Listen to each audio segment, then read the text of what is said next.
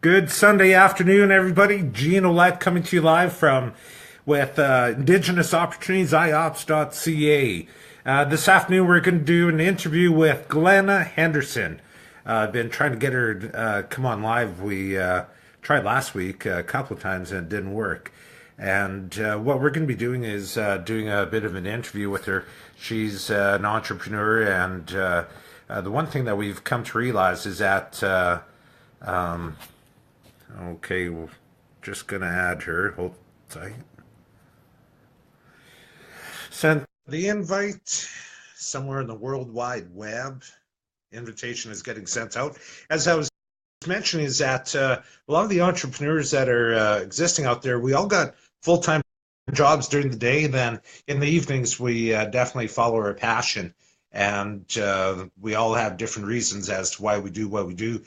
Speaking with Waylon Arcand yesterday, a really good interview, and he's just at its infancy stage. And okay, just hold on there, Glenna. I sent you the invite. I'm going to cancel it, and I'm going to try it again. See if that works. And so with all the entrepreneurs, and I see somebody there now. Glenna, is that you? It is. Hello. How are you doing? Good. Excellent. Where are you at today?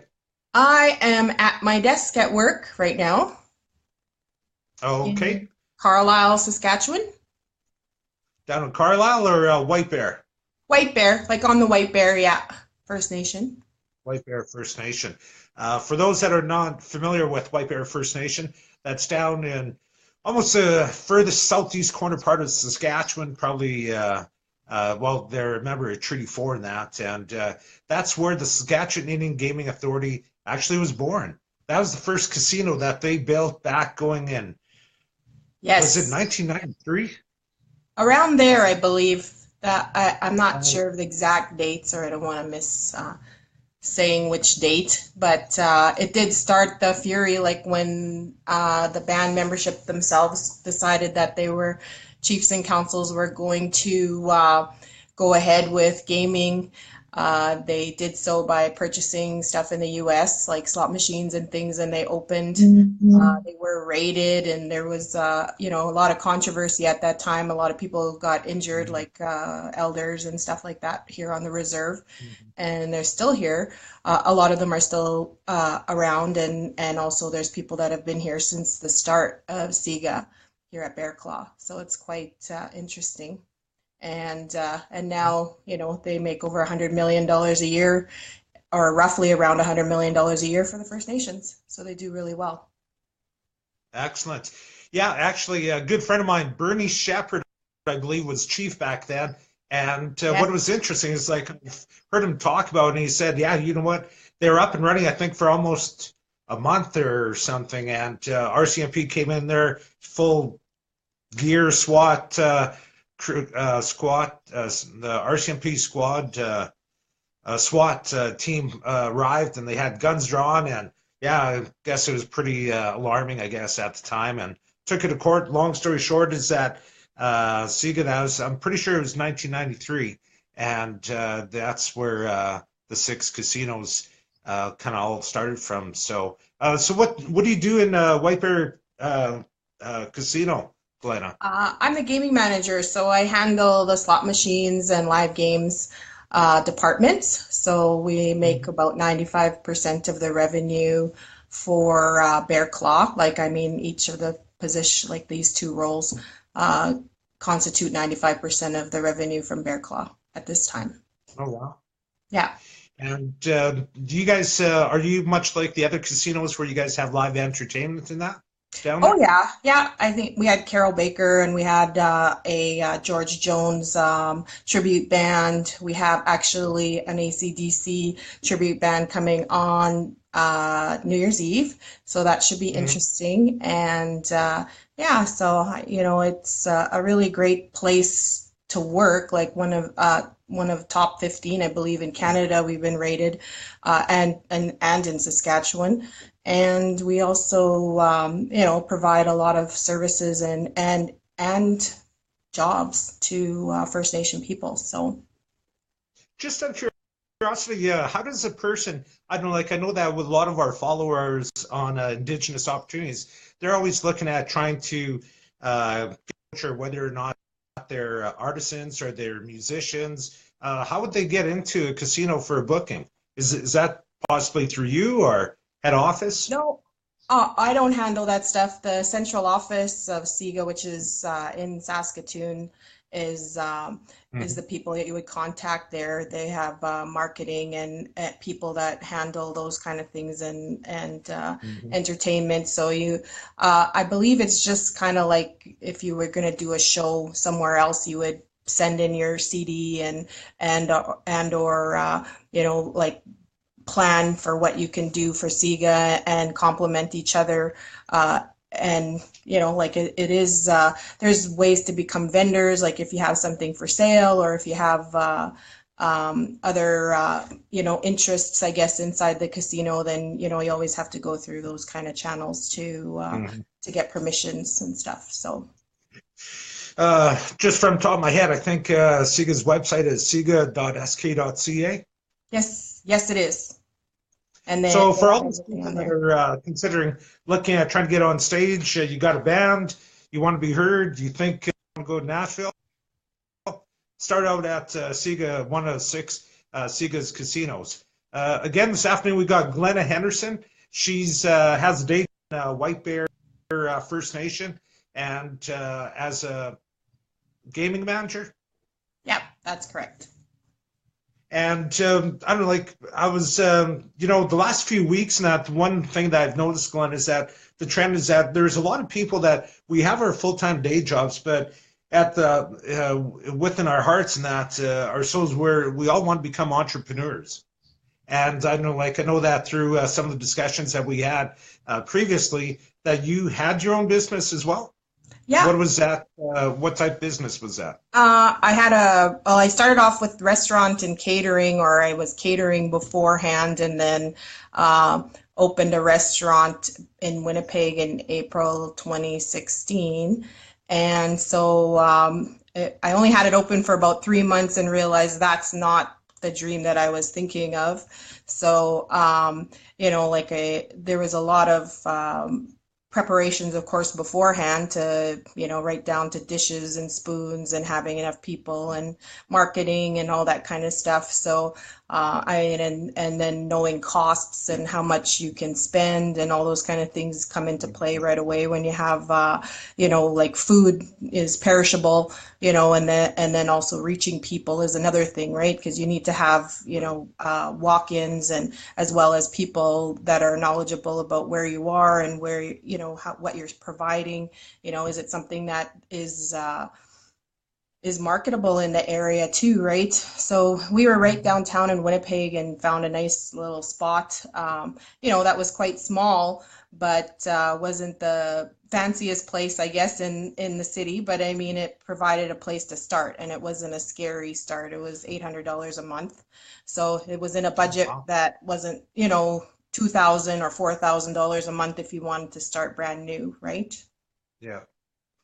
And I don't know. I guess I don't know. Like, what pushed you over the finish line in trying to set up your own business? So I don't know, like dream since childhood, or your cook and Yeah. taught you how to make some really good bannock. Yeah, that's definitely that. Like I had little starts here and there. I did some if you like, I used to do food booths in North Battleford, so taste of culture they had, and then I also would sell food at, say, soccer tournaments and things like that. So it was just some way, like as a single mom, I could produce food and people enjoyed it. So then I would take that and and I kind of move forward. So people started hiring me. Could you make lunches for this many people, and can you do this? And then my friend Sheila North, who is the Grand Chief of the North for Manitoba, when I was in Winnipeg, she called and asked if I would do her open house, like bring baked goods and different things for, 300 to 400 people that were walking through. So that was kind of the start of the large where people are walking through, but I had done the Taste of Culture before and cooked for large masses and, like up to 400, 500 people a day, in small little portions of things. So, Oh, wow. I had those kind of skills within me to provide the food, but then, you still have to think about, okay, well, how much did that cost you? And then how much time does Right. each thing take? So there was a lot of back and forth, but my dream was kind of that's what I wanted to do, right? Like I love to cook, I love to make people happy. I wanted to be, like that person, where they go, and I saw it a lot just in friends and in passing. They're like, wow, this is like amazing food, and that's what you want, right? You want somebody to Mhm. want your product, want somebody to say, wow, this is exactly what I wanted, or this is exactly what I thought about, right? So when I saw your food. Oh, wow. What was your biggest inspiration to kick to finally open up those doors?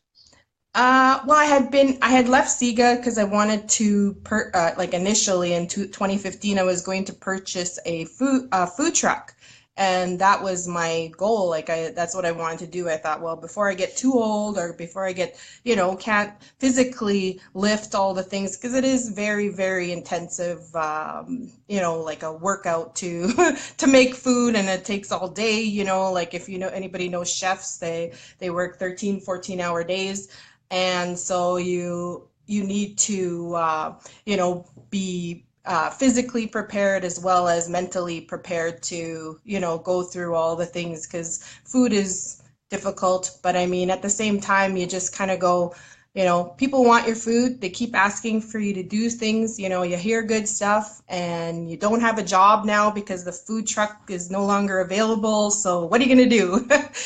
And that was really what it was. It was like, just okay, I'm gonna do this. I'm gonna start offering my services in some way. I started looking, like you have to get a business plan together if you're gonna borrow money.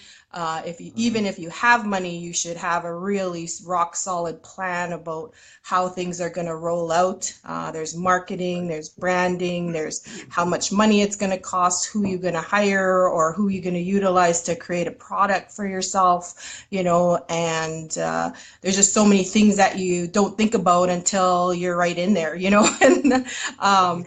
I utilized my EI at that time to go through business programming that was provided by the province.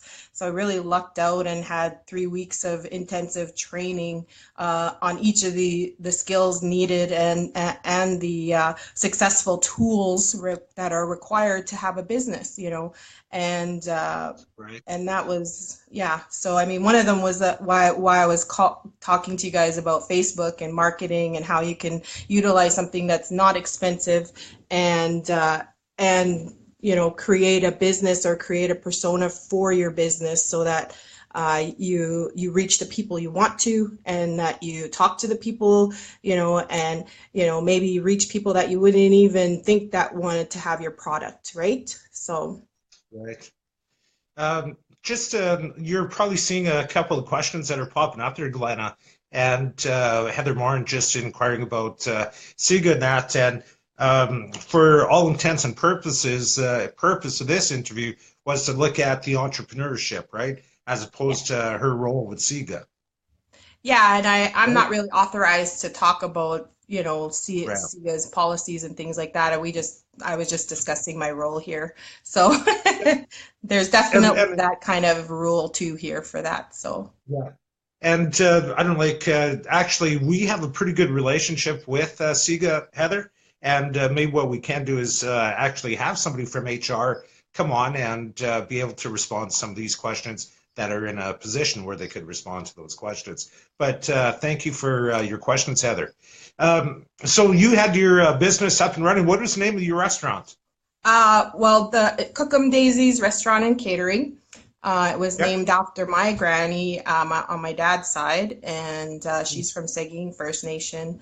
and she raised 14 kids, and like Oh, was her mom was First Nation, and her dad was not, so she had was raised in kind of both cultures and did a lot of stuff, and but she was real resilient with all the things that were available to her, like wild rice and fish. She used to get caviar and like oh, go wow. ricing and all kinds of stuff, like from the sturgeon right down the lake, and go and sell it in town. And, you just see all those things. And then, the cooking process and, all the people, all those 14 kids eventually had some of their own. And then you're like, okay, well, now we're all running around, right? And how does this all work, right? How do you, and it creates a, that's how you want people to feel, right? Like if that's how I thought my food made people feel, was like I'm at home, or I feel, this is homemade. This is like, this reminds me if I make a casserole or lasagna or something like that, and it comes along with a side of bannock and, or a soup, like one of my best sellers was hangover soup. And I ain't kidding, like probably 60% of my business was that. And just a plain old hamburger soup, and of course people like the wild rice and pickerel and things that we provided, but they also really like that. Oh, you made shepherd's pie, and like right down to the Grand Chief of Manitoba. He's like, his last meal for as a Grand Chief, he asked for Cookham Daisy's shepherd's pie, when he left Oh, office. wow. So Actually, I don't know, like for a lot of our Indigenous people, of course, food is the staple. We all grew up with some really, really good food, and with a lot of us as well, we hit the Power Trail, Glenna, and boy, the food that we're exposed to out there is just like so greasy, so unhealthy, and it would be so nice if there was, let's say, a vendor that had wild rice or fish. Boy, that'd be some really good eats, and I don't know, like I know that there's different vendors that are out there and they're trying to promote their healthy foods, but there's definitely not enough of choice or variety on the Powell Trail and probably other venues as well. Oh yeah, and I think that was one of the main drives of my company, was to be able to provide stuff, and they could choose if they wanted to have a taco or fry bread or bannock, right? And of course that's what you want to provide, right? If people are gluten free, there's a lot of people who will only eat wild meat and not eat Mm, meat produced process. on farms and things like that. And Mhm. and that's a good trend. You want to be able to supply that kind of stuff. I didn't do it very often, but the fish was always local, the wild rice was local to my reserve, and like I Oh, sourced wow. as much as I could. And you utilize local businesses as well, right? Like as an Mhm. entrepreneur now, you feel that need, amongst your peers and other people who are providing things, so you use local business. And Right. Winnipeg, I had a bigger pool like in Winnipeg, but they have a uh, every year put on this Love Local Manitoba, and all these food people come in and they have this great big party and showcase everything. And you find wheat, you find different kind of things that can be utilized. So you have to look for that stuff. You have to be prepared to sometimes pay a little more for wild rice, for home cooked foods, or for the things that you really are really important to us, which is our health now, right? We are unhealthy. We do love our fry bread. Who doesn't, and neck bones and all those kind of things. But, is it healthy to teach our kids to just want that kind of stuff? Or, like, and I'm not saying everybody does that, but I mean, you're right. When you go to a powwow, I've only seen one maybe at the SIGA DDC powwow once, was a fish food truck, but there are people out there Wow. providing that, like, beef jerky and all those kind of things like that. So you can find them. Actually, I don't know, like somebody could steal this idea, but I gathered Nations Pow in Albuquerque about 3, 4 years ago, and dancing down there, and there's this vendor that had turkey drumsticks all wrapped up in tin foil, and that turkey drumstick is a meal in itself. And I think I paid $10 a pop, but wow, that thing was so delicious. turkey drumsticks, so I was looking around for them. I don't know. I'm not. I love eating food. I don't know how to prepare it or anything. So, Yeah, big but smoker and stuff. Like I've seen those too. They're very interesting, and like you have to be prepared, right? You're gonna need, when you're looking at your business plan and all that kind of stuff. And when I say that, like even for something like that, it's like, okay, you need a vehicle to pull that, and you have to park it everywhere. And there's licenses that, require that you have that. The one unique thing about Saskatchewan that was really good for when I started out was that you can actually use wild meat and sell it, like elk and moose and stuff, which I was able to do at the Taste of Cultures, and something I was oh wow.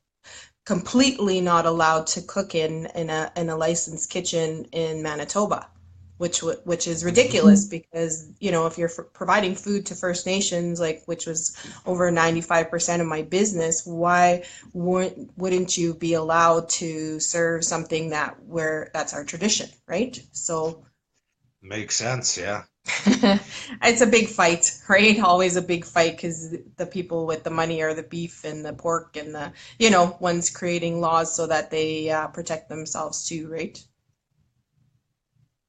Well, I don't like that's the great thing about life in itself, Glenn, is that nothing lasts forever. And I think that with the push of Indigenous peoples and asserting our rights and all that, that one day those type of wild meats, I think, would be a staple in every restaurant's menu.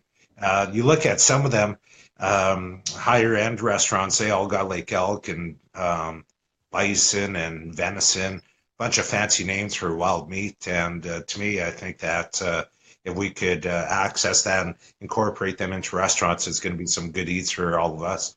Talk about all this food, Glenn, is starting to get me hungry. I didn't even bring anything to share either. I'm at work. Good, good. It'll just make the pain that much stronger.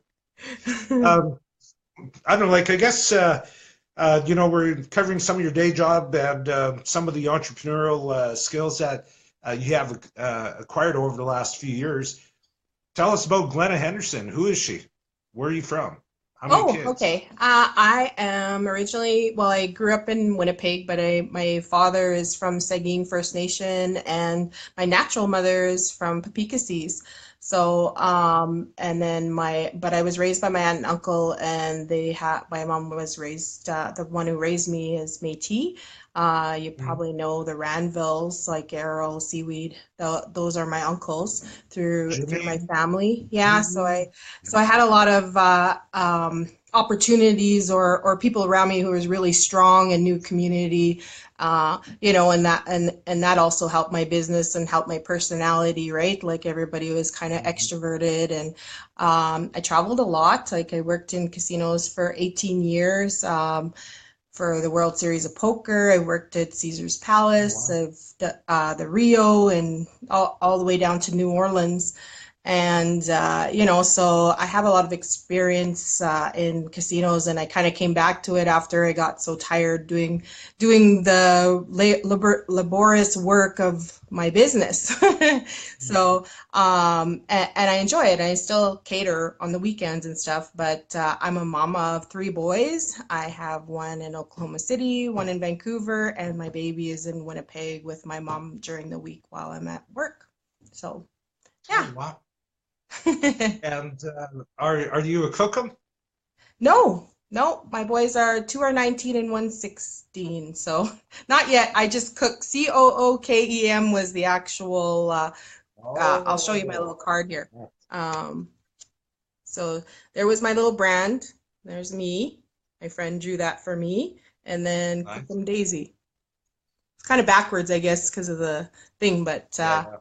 yeah, I just kind of used a play on words there to provide that service, right? So Cookum, we all know what that means. That's our granny, and then so I just took COOKEM and monikered myself like that, so that people Oh, knew. wow.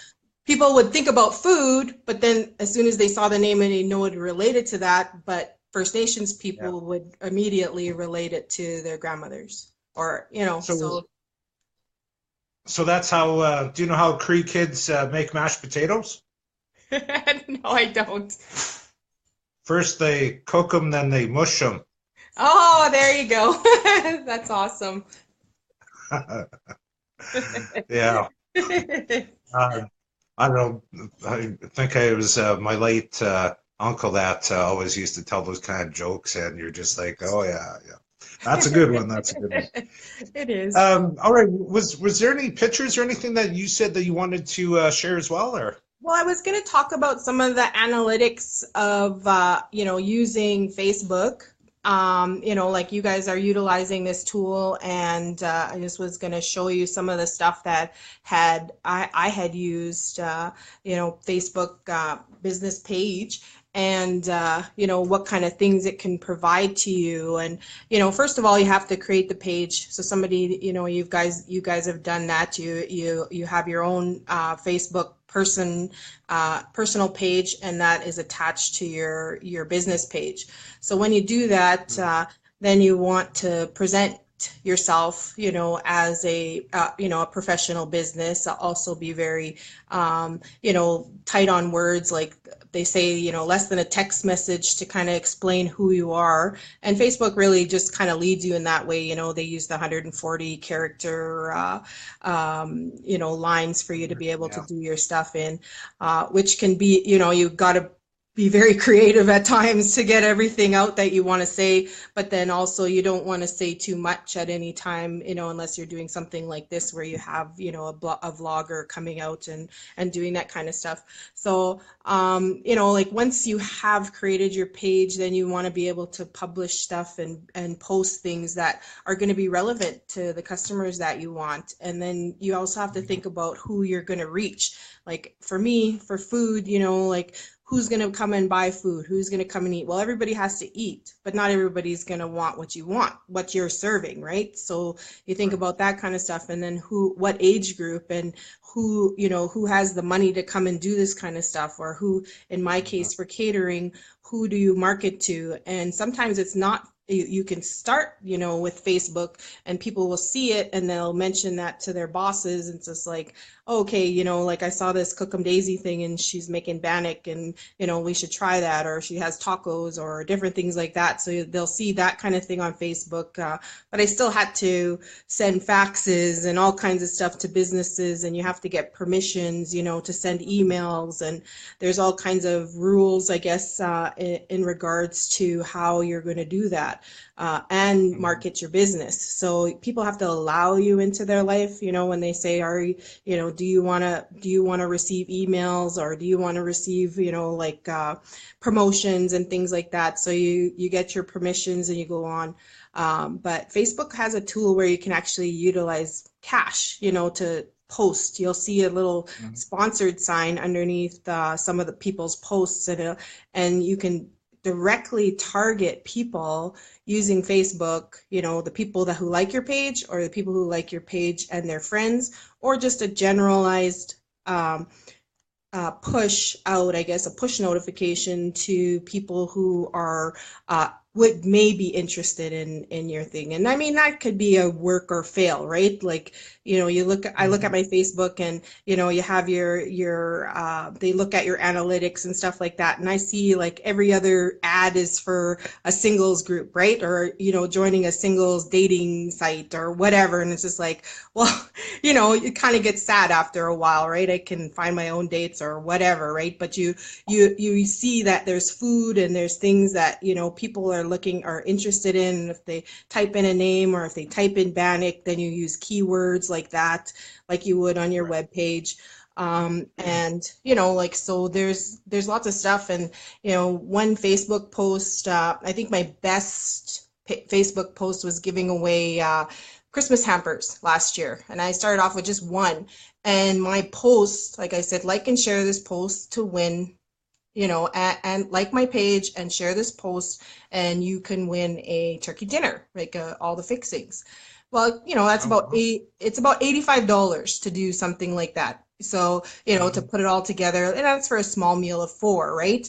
Well, I got, I think, 25,000 hits on that post in the city of Winnipeg. So you're just like overwhelmed, right? Like the notifications themselves, and I mean, that's just the reach, right? So people that are sharing it and pushing it forward and all that kind of stuff. And so Facebook can be very, very powerful, right? Like, and there's a lot of needy. I end up giving away a little bit more than one meal, right? So one dinner. So, but I think that in that kind of sense, it cost me $15 for the post, and I reached, 25,000 people just because it's a like and share.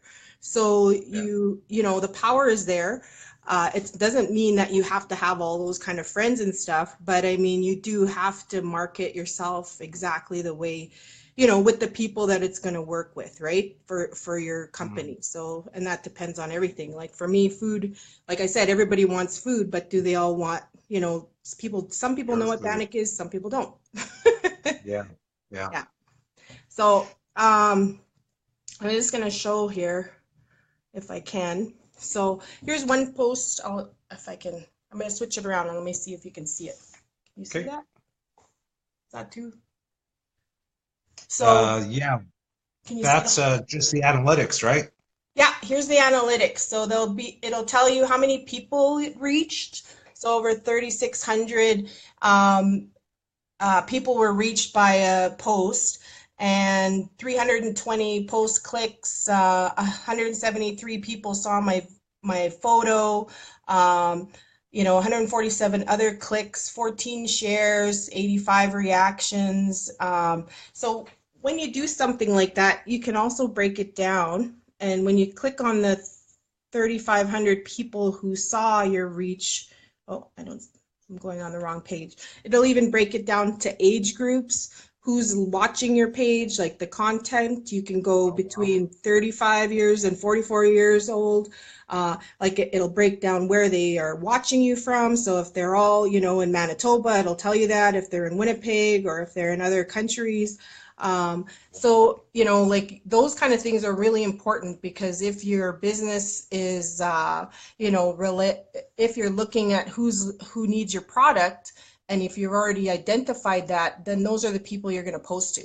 You're not going to post to people who are, like for me, 13-year-olds are not ordering catering, right?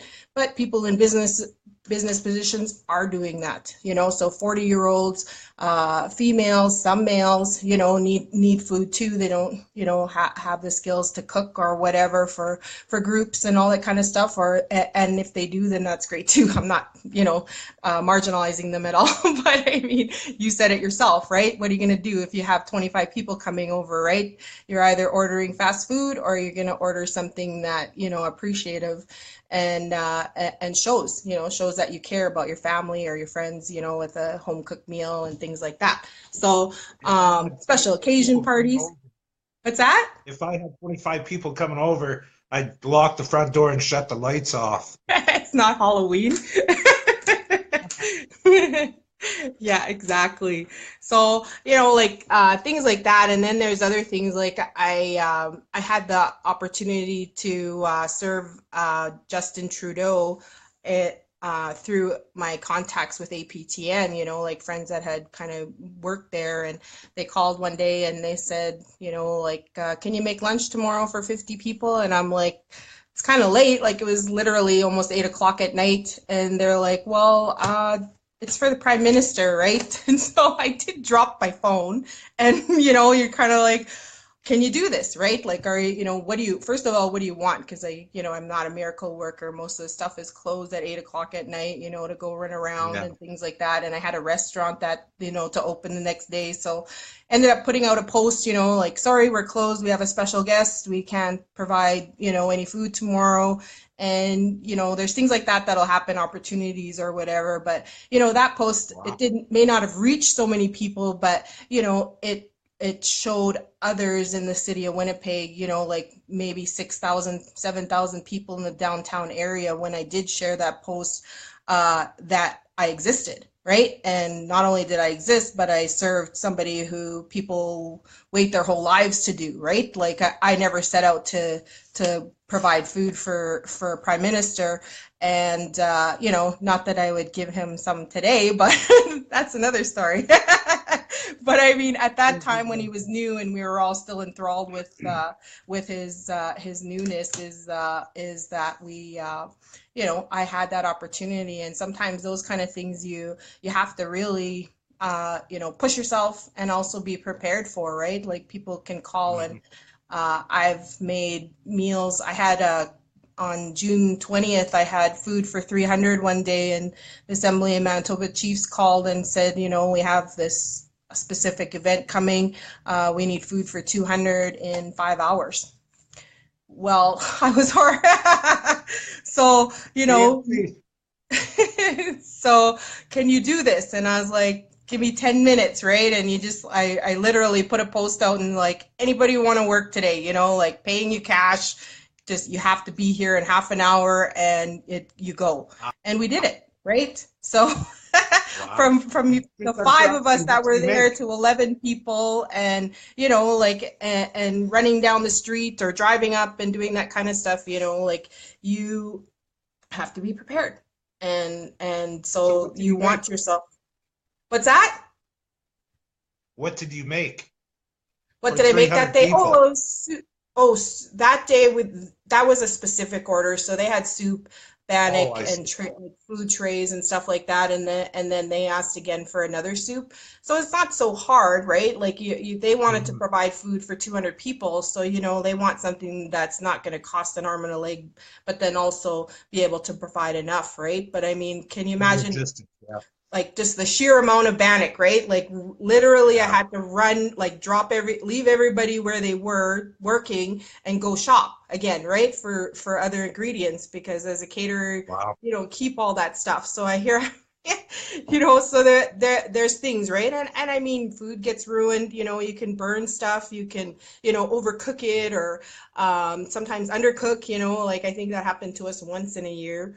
And like, how do you make it better, right? If you send somebody food that takes you 2 hours to prepare, and it's not to their, to your standards or theirs, and you don't know it until it's on the plates, it's a little late, right?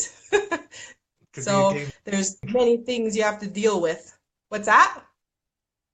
I said it could be a real game changer.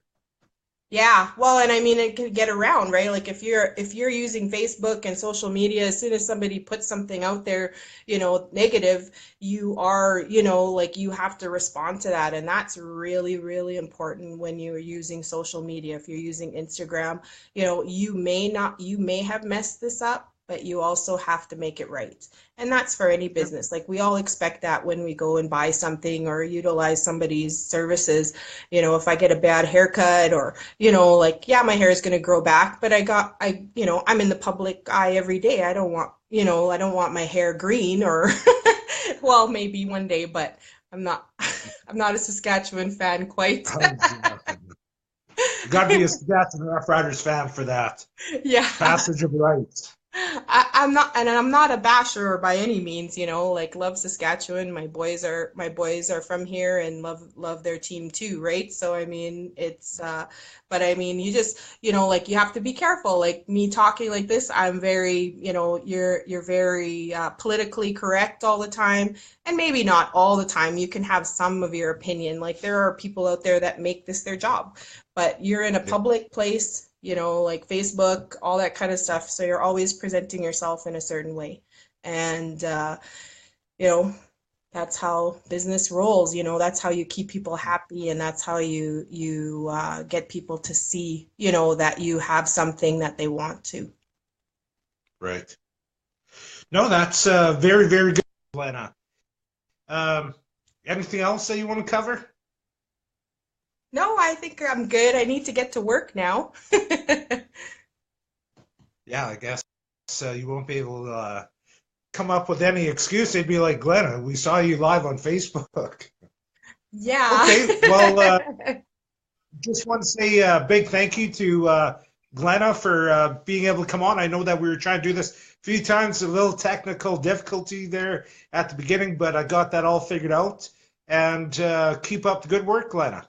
Yes, thanks, Jean. Thanks, Nathan. I think you guys, what you're doing is awesome. Like, I mean, you know, if you're starting business where there's no place for services and things like that, you'll always find somebody that you can kind of latch onto. Anybody who watches the program, of course, you can inbox me. I can try and lead you in the right direction. You know, if you guys need help with stuff, you know, just, you know, give me a quick message and I'll try and do that. And that's something, you know, about the entrepreneurship is that, you know, you're on the kind of the same level as everybody, and you know, be willing to help, and then also, you know, be able to ask for it too, right, when you need it. Right. Yeah. Yeah. No, again, really good words, good advice, and best of luck with your job, and hopefully get to taste your bannock one of these days. All right. Cook them daily. Okay, have a great night. Okay, go Riders. Yeah. Stamps. Just kidding. Bye. Yeah. All right. Just in closing, I'd just like to say to our followers in that is that this is the type of thing that my partner Nathan and I are trying to really promote and include not only Indigenous people but everybody. If you guys got somebody that's out there, a cousin, brother, sister, grandparent, uncle, go live with them. And I don't know, like we can't say enough is that we all got our own stories as to who we are, what we are, why we are the way we are. And I don't like. I think that what it could do is motivate other people, and that's something that we're really big on. Also, if you want to add friends, to invite them to like our page. Nathan and I were chit chatting about we're going to do probably like a 12-day giveaway, 12 days of Christmas, some type of giveaway. And right now we're putting together some of the prizes and that. So if you guys have any feedback, by all means, inbox us, send us a message. If you guys want to share, post it on there. That's what it's for. It's a public forum, and the more information that we have, the better. And I don't like it's all good. The one condone or the political posts and that. I don't know. I know that there's a lot of stuff happening in this country. We live it, we see it, we breathe it every day. So no need to post anything like that. But you guys got some positive, share by all means. So with that, Jean Olette closing out Indigenous Opportunities interview with Glenna Henderson. Have a good evening. Thank you.